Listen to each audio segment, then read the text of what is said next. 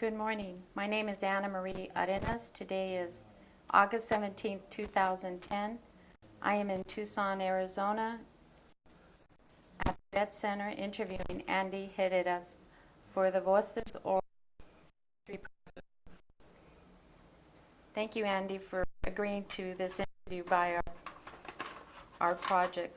Welcome. Why don't you go ahead and let us know a little bit about your family life, if you have brothers and sisters, who were the oldest, and the kind of things you did together, and what did your parents do? Kind of like just break the ice on that. Well, my father was born in Tucson, Arizona, back in 1907.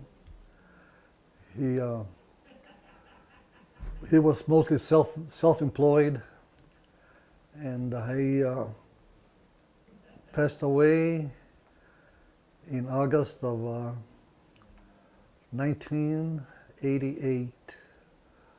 He was born in Tucson, Arizona. My mother was born in Guaymas, Sonora, Mexico.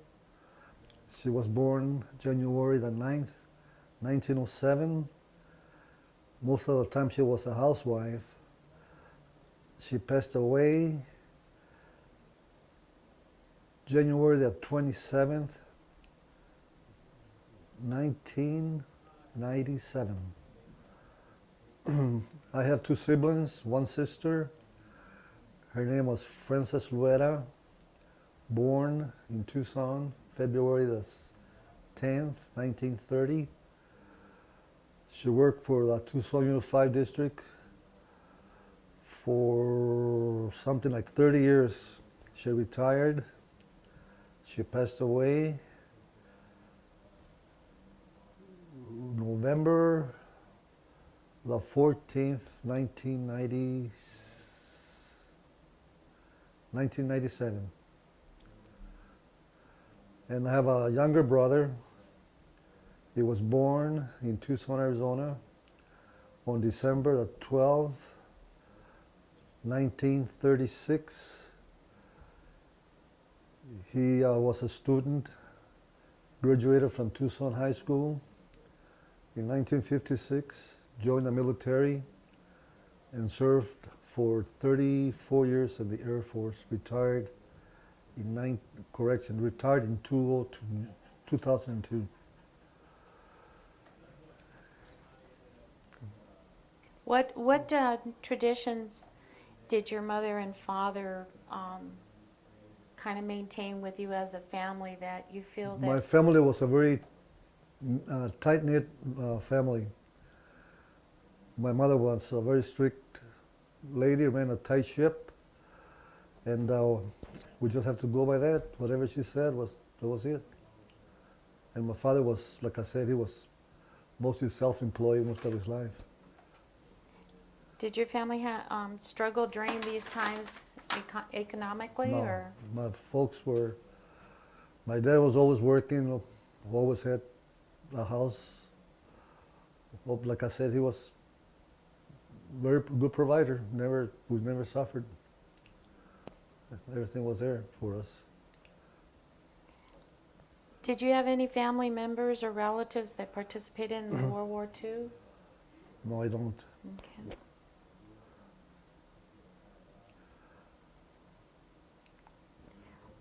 Do you think your attitudes about the country were different than your parents as you were growing up? Did they instill that, or what did they instill in you? Well, what we were taught coming up, in life was do what was best for you, for your family, and go by the rules and regulations of a city, state, USA, and let's go from there. Just do what you were told and try to be the best citizen you could probably be. Do you have any funny stories of your family and growing up of the travieso or anything the challenges and the mischief? In those days, most people were mischief, and But like I say, we didn't have a chance because we were living in the country, isolated from most of the cities. So we just kind of live a real low-profile life. So that's the only thing I can remember when I was coming up. How many years were you in school? 12. 12 years? What Yeah. schools did you go to? My elementary school was Mission View. I was there from the 1st to the 6th. From there, I went to Wakefield Junior High from the 7th to the 9th. And from there, I went to Tucson High.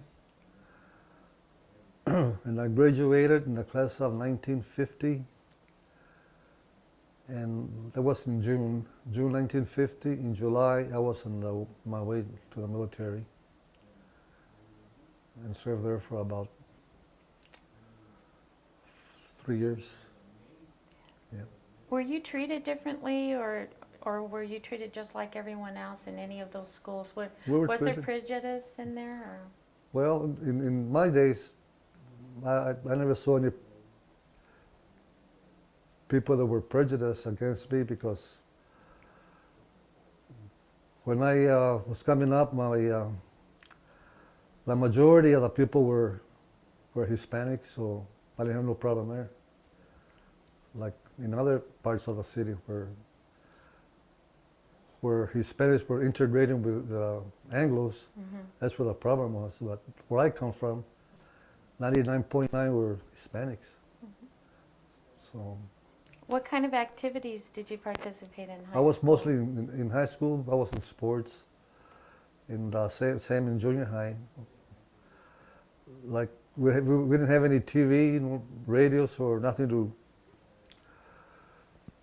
help us, on our bringing up. So we played both baseball, basketball, and football year round. So we just stayed out of the streets, and that's all I can say about my childhood. Okay. What do you remember about what was going on in the country or your community when you were growing up during the 1940s? Well, in the 40s, Tucson was so small that everybody knew everybody, and it was mostly a family-oriented little town. It was just a little town. It wasn't even a city yet, because in the 50s, Tucson was only about 40,000 people. But that was in the early 40s. But after the war, after World War II, after 1945, Tucson was mostly like 52,000 people. That's all I can remember when I was in the 40s. When did you join the Marines? I joined a reserve unit, Easy Company, 3rd Battalion, was an infantry company, in November 17th, 1948. And what were you aware of as far as the conflict? Were you well aware of what was going on with the country and the defense? Not at the time. I wasn't aware of too many things during just what I read in the paper and the current events. That's about the only thing I can remember. Did you ever face any difficulties because you were Latino? No, never. Not in Tucson. You said that you when you joined, what were you doing prior to that? Were you working? I was a student. You were a student? Mm-hmm. Okay. And you said your brother also enlisted in the Air Force, right? But that was after the Korean. Yes. Okay. He enlisted in 1956, right out of high school. Okay, so were you a part of any kind of organization like LULAC or anything like that? No, I wasn't. It was just the Vadio Boys. That's right. Can you touch a base about that, a little bit of history on that? Well, I was I was born around the downtown area, which is now Tucson. When I was 2, we moved south about 5 miles from Tucson to the south, and that's where I grew up.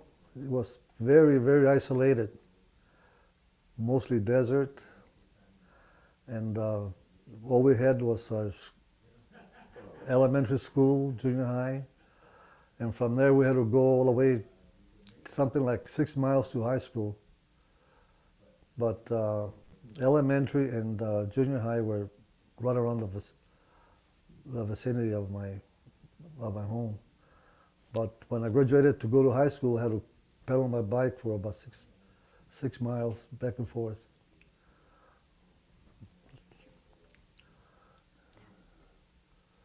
Did you support the war effort at that time? Well, I don't support any war effort. So at that time, especially because I wasn't very much aware of what was going on. Did you discuss the war with any friends No. or family, that what's going to happen in the future? And when you signed up, what was your intentions for signing up with the Marines when you signed up?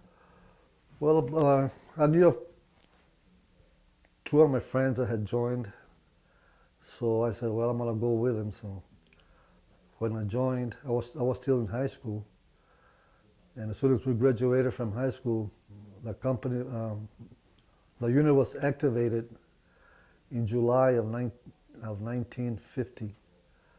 It was about a month after we graduated from high school. So Where'd you do your basics at? we did our basics in Camp Pendleton, California, And then from there, that's through when you Korea. And from there we went to Korea in September. And well, we left San Diego in August of 1950, and we landed in Incheon September the 15th of 1950. Your basic training at that time, how long did it last? It lasted about, for us, for my unit, it took about something like about 6 weeks of nothing but intensive infantry training all around Camp Pendleton.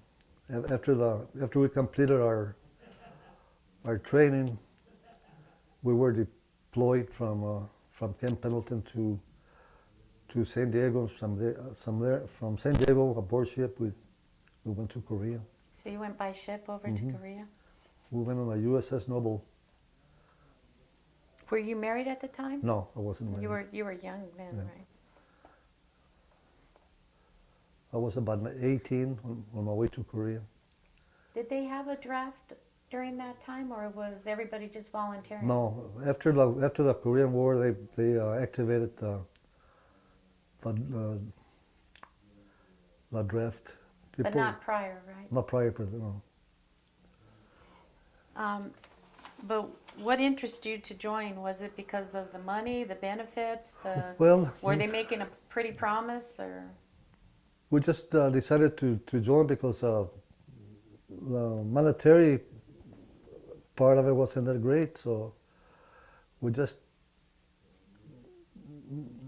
mostly in high school, everybody, the word got around, and it was just a word of mouth, and we ended up with about 250 guys from Tucson that joined the Marine Corps unit here. And when we left for Korea, there was something like 250 guys. Do you have any special memory while you were in training over at basic camp? Well, there's so many things that you go through every day. No day is the same. There's a different day, different problems you have to solve, training, and what can I tell you? During our training was everything was different every day. We went aboard ship, we practiced landing. We did all kinds of maneuvers just to prepare ourselves when we're going overseas. Did they Yeah. brief you about the culture, the terrain, or the people that you would be? They did part of? aboard ship. They were briefing us on what to expect, what to do, not what to do, the type of cultures people had over there. So that was all included on our basic training, just about. When you arrived in Korea, was it what you were briefed in? Was it Yes, exactly what it was? Yeah. We landed, like I say, September the 15th, 1950, in Incheon, and we stayed there for about 7 months before coming back. What was a typical day like for you in Korea? I mean, you're just barely starting there, and you get there, and The days in Korea were long, very little rest, and basically that's about it. You know, just to have to be up in the morning, and sometimes you wouldn't sleep at that night, so we'd be up all night and ready to go. what were some of the interactions between the U.S. troops and the native population? It was our relationship with our South Koreans was good. In fact, we had some Koreans in our unit. They were sort of like translators, and we just follow their instructions because they knew where they were going. They knew what to expect from North Koreans. So we just stayed with them. What about the native women there? Well, I didn't have too much to do with our women there because, like I said, I was, 18, and I don't know. We just everything was all military when I was there. Yeah. Were you staying at a base? No, we just came different place every day. I don't think we stayed in one different same place for a week. So you moved then? Maybe looked like every day we were going someplace And why were you moving? because we were chasing the enemy, and then that meant from Incheon to Seoul, Wonsang, and all the way up to the Chosin Reservoir. Yeah. Was there anything you missed about home during that time? Were you homesick? Well, not really homesick, but I miss my family mostly. I was single. I didn't have any, just my parents. That's all. But it was all right. It's natural to say that there were other Latinos stationed with you. Did you all speak Spanish, or? Mostly, no, well, among us we did, but mostly when we were with other people, we spoke English. What other It was required that we spoke English. what other aspects of your culture did you retain while you were overseas, besides talking amongst yourselves? Then, Well, there wasn't really too much to, as far as culture is concerned, not too much to do. We just did our work. Like I said, when I was there, everything was pure military. That's all. Nothing else. but you never felt any racial tension or Never. anything when you were overseas, right? No way. Not in the Marine Corps. There was no. Were you able to write letters or Yes. keep a diary, or? Well, I didn't keep a diary, but I wrote my parents as often as I could. Maybe once a week, maybe once a month. Did you have enemy contact at any point? You personally experienced any? Not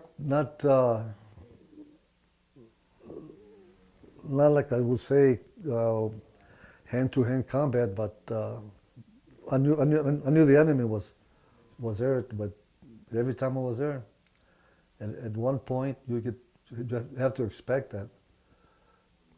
But How did you feel about fighting against communism and the communists? Well, I felt that it was my duty, and I knew what I was going to be against when I was going overseas, and I just coped with it and did the best I could. Are But you aware of the Tet Offensive? It's basically where were you when the Tet Offensive happened? You may have been aware of it and may not have been aware of that. oh, I never heard of that. What were your specific duties over in Korea? My primary duties were I was with a mortar company up to the Citations reservoir. Coming back from the reservoir, we just about left everything we had, all our equipment, and when we got back to from Wonsan we went to Mason. It was December of 1950, and we were there for about a week, and then after that we started going up again to. There was a spring offensive that they call, up to about, I would say about 6 months later. It took about 6 months, and that's when I came home in April of '51. I came home. Yeah. Your mission was Chosin. What was the mission? What was your Our goal? mission was to help the South Koreans and to keep the communists out of South Korea, because they came in from the North Korea. North Korea was communist, and they had help of the Russians, and there's not too much I can tell you because we just had to do what we had to do. Yeah. Was there live combat? Did you experience any combat there in Chosin? Well, there was combat ever since we landed in Incheon, and there was combat all the way to the Citations reservoir, up there and then coming back, same thing. Were you ever injured I was never injured. I was never wounded or captured? or captured. I was one of the lucky few. I just went right through it and nothing happened. How did you feel about the military leadership in Korea? I think we had one of the best commanding officers. Started with General MacArthur, General Smith. They did their homework. They knew what they were doing, so everything came out all right, as far as I'm concerned. Did you ever rank as an officer? Did you ever? No, never did. Was there? Do you remember several Latinos or Latinas, or even African American officers in the different ranks that you can recall, or were they all white? The majority were white officers, and well, like I said, I never had any problem with anybody. I did my job, and that's all I could do. Why do you think the U.S. was involved with Korea? Mostly communism. Try to keep communism out of Korea, and that's where we came in. Try to help and push him back to North Korea. It didn't take long. It took about a couple of months. Everything was all right. Yeah. What awards or citations or accommodations did you receive for your service in Korea? Well, I got the Korean medal. I got the Korean campaign medal with 3 clusters for the 3 campaigns I was involved in. Good Conduct Medal, and a couple more I can recall right now. You said that there was some Korean soldiers along with your units. How did you get along with them? We got along with them real well because they were fluent in English. They were our translators, so we didn't have any problem at all. They were good soldiers, and they tried to be with us all the time, which they did. And sometimes there were times where we could really use them, and they came through. They were good soldiers. Yeah. Did you learn any of the language? No, I didn't. Not even the slang? Hey. And that tells me Yeah, maybe. yeah. How about when you came back to the States? How were you treated? Were you welcomed, and how Oh, were yes. you welcomed? Oh, very welcomed, yeah. So Did they have any ceremonies here in Tucson when you guys came back? And they used to have get-togethers at different places, like VFWs, American Legions. They used to welcome us, make us feel, they were glad to see us back. But I wasn't really involved in a lot of things like that. So you said you didn't experience any disabilities or anything from the Korean War? You were one of the lucky ones? Well, we got a little bit of frostbite up in the Chosin Reservoir. But How cold was it? I would say about 40, 50 below zero. Especially we were there during the month of November and December, which were the coldest months in Korea. So we were up north for about 2 months. Well, we got there about October, November, came back December. And I mean, that was super cold, 45, 50 below zero. Did you ever think you were going to go through that kind of weather? Never did, especially from Arizona. Yeah. Do you believe that the government took care of its troops in Korea? They did very well. What about today? We always had what we needed, equipment and everything. We were never short of anything. Do you think they've taken care of, do you think the government is taking care of its veterans today? I think they are, as well as they can. But during the Korean War, there was a different war, not like the present wars we have now. But I think the VA is doing a good job. Was it difficult for you to adjust to life after being No, in the Korean War? no, I didn't have no problem at all. How do you think the war affected your life? As far as your Not upbringing, traditions, how not you really. raised your children? Not really, not to that extent, but there's things that you remember, but it doesn't take that much effect on me. You know, back then they weren't really sure what post-traumatic No, stress disorder was all about, but do you feel that you may have come back under shock or? not really. I was, like I said, I just went up there and did what I had to do, and I went right through it. No problem at all, except for the cold weather. Because of the cold weather, were there difficulties with the use of Yes. the weapons? Very much so. Can you A elaborate on lot that? of times it would freeze, a little lock on you, misfire, and but like I said, we were very well equipped with everything.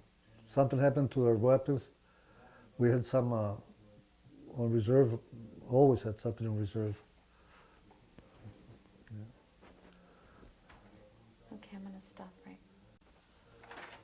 Okay, we're going to just continue. I've got some post-war questions I wanted to ask you. Did you marry after the war, and how many children did you Yes. have? I came back in 51 and I married in 1952, April 26, 1952. And we had, my wife and I, 5 children, 3 girls and 2 boys. And we just brought them up the best we could with what we had. Did you teach him Spanish? Yes, I did. But they were mostly English, more fluent in English than Spanish. They couldn't cope with Spanish language. What does the military participation mean to you as a Latino? I mean, how do you feel your role as a Latino? I think after the Korean War, I think that I became a better citizen. I knew what was going on then by that time, and I think it made me a lot better person. And that's probably what most of the guys feel. They became better citizens, and they learned to cope with life in a different manner. And like I say, that made me a better person. Now, I understand you had a reunion, but when you did get back, did you keep in touch with some of the rest of the Vadio boys of Yes. Company E? Yes, we did. We have a reunion every year for the last 60 years. We just had our 60th reunion, and there's a lot of guys that went with me to Korea. A lot of them are missing, and they have died. So I think we have lost something like 63 members of Easy Company. And Easy Company, could you kind of elaborate? Easy Company was the Vadio boys, but what did you develop an organization? Did you belong to other organizations? What did you all do when you all came back? Well, after we got back, everybody started going their own separate ways, getting married, learning a trade, and but at the same time, we all kept in touch with each other, and we formed. It's a veterans organization called the Marine Corps League, mostly people from Easy Company that were in Korea. We formed that in 1972, I believe, and ever since then we've been having reunions every year, and every time we have a reunion, there's 2 or 3 guys missing every year. So up to this point, there's been about 63 Easy Company members that have passed away. Do you think that the war had an effect with our Latino community here in Tucson? I don't think so. You know that in those days, Tucson was mostly Hispanic or Latino. Every place you went, there was a Latino function, and most of them were Latino members, very few Anglos. But now it's a different story. We're still not the majority, but we're still a minority. But we're treated very well here in Tucson, even before the Korean War and after the Korean War. So it depends how you handle yourself. There's no problem at all. From your life experience, is there a story about the Korean War that hasn't been told or hasn't been told accurately that you remember? No, as far as I'm concerned, and what I saw, everything was done properly. It was done professionally, and I cannot say anything bad about anybody. When I went through the Korean War, everything was very well organized, very professional, and there was no problem there. Yeah. What advice do you give to future Latinos who are going to be listening to this interview of your experience, not only in the Latino community, the Barrio boys joining the Marines, the war itself? What advice do you give our future? The best advice I can give you, or any Latino young man, to further their education, go to school, and be the best citizen you can. If you like the military, there's a lot of programs that they have for young Latinos to join the military. They'll send you to school, and they'll take care of you if you're going to join the military. So, but what I really recommend is stay in school, study, and that's the only way you're going to get ahead.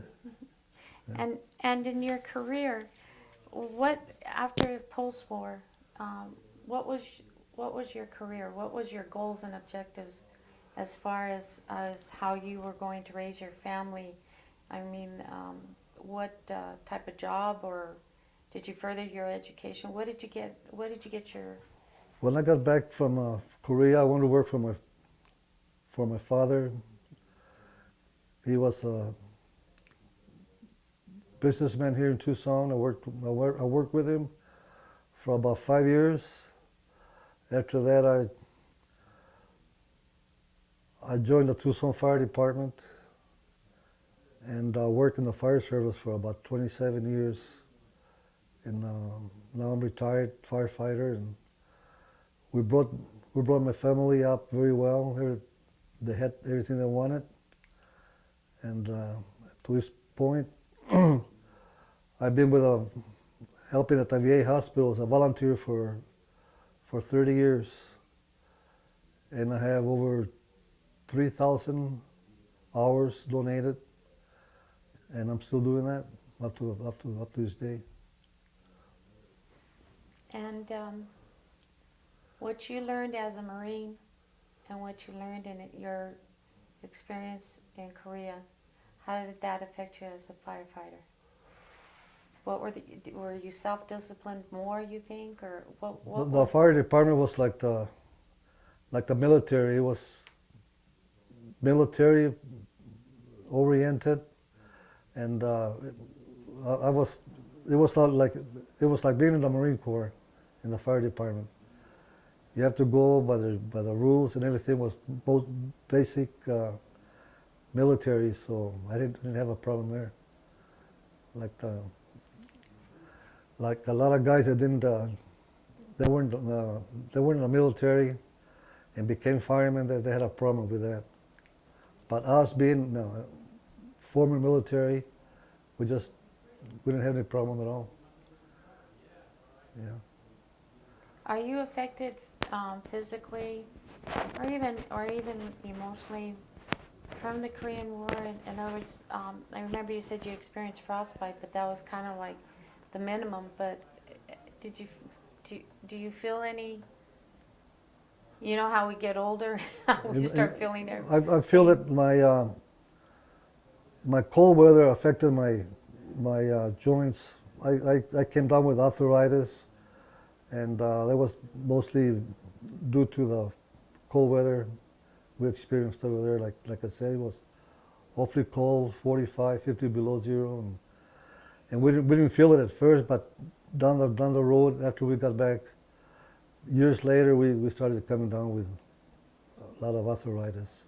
That's what happened to me. Okay. Is there anything else you'd like to add to this interview? Well, the only thing I can say is it's been very interesting, and I'm glad that somebody's doing something about this, so that people will know and learn more about the Latino people that were in the military, and the Latino